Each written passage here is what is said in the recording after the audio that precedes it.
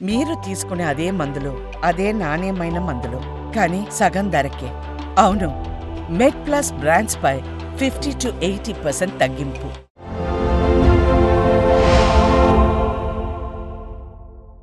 దారుణంగా myths versus truth విషయానికి వస్తే, ఈ మిత్ తోని ఆరోగ్యం ఖరాబ్ చేసుకున్న మహిళలు ఎవరు ఉన్నారు? What are the basic myths? Basic myths అంటే సర్జరీస్ తర్వాతనే అది తినకూడదు, ఇది తినకూడదు, ఇది తినకూడదు, ఇది తినకూడదు, అంతే కదా. ఎన్నిసార్లు హై ప్రోటీన్ తినాలి అన్నా పప్పులు తినరు. ఎందుకు? పప్పుల నుంచి పసు వచ్చేస్తుంది అన్న ఫీలింగ్ వాళ్ళకి. ఒకటి, పప్పు ఈజ్ నథింగ్ బట్ మేము వెజిటేరియన్స్ అండి అంటారు. అవును, so eat more of paneer and పప్పు.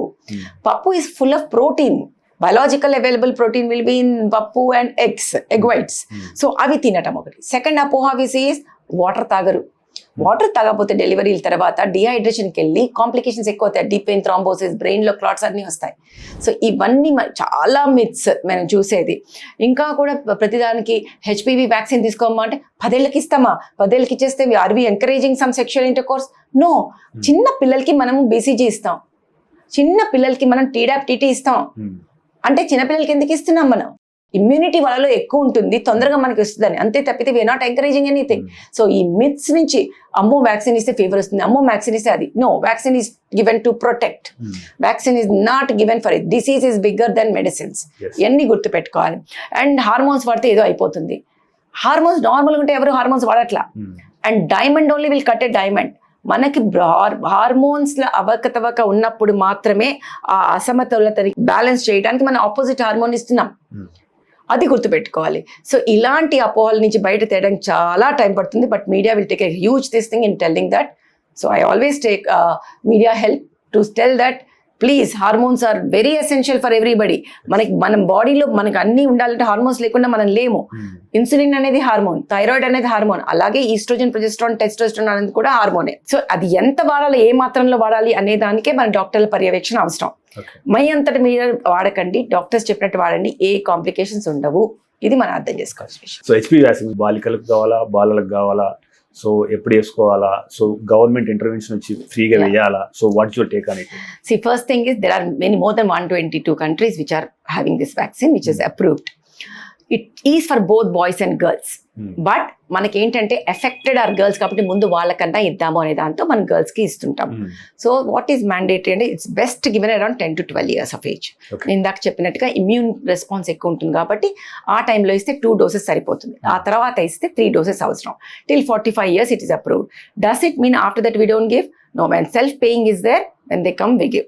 So there are some countries where, like Australia, New Zealand, Canada, where boys also it is mandatory. So it should be given for boys and girls.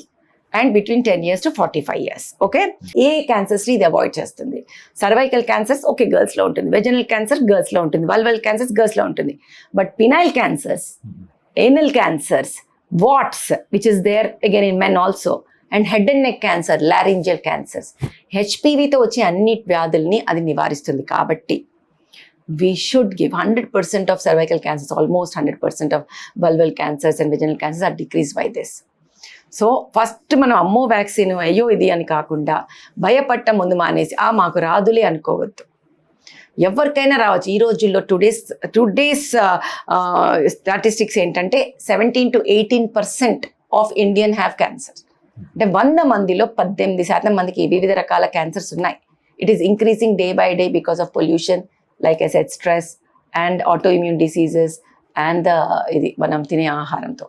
Finally, madam, next 10 years lo, so where do you want to stood yourself? I really don't know. I think right now look more into mentorship and training people so that next generation doctors come out as ethical, moral, and patients should understand science is not maths. ప్రతిదానికి 100% ఇస్తారా? ఉండదట్లా. Road మీదకి వెళ్తే బతుకుతామో లేదో మనకు తెలియదు, accident అవుతుందో లేదో తెలియదు, ఆస్ట్రాలజీ చెప్పలేం. బట్ ట్రయల్ షుడ్ బి సిద్ధత్సే and all. So both the patients, and I think awareness is what I will be looking at, and more of research is what I will be looking at. Thank you, madam. Thank you very much. Thank you, ma'am.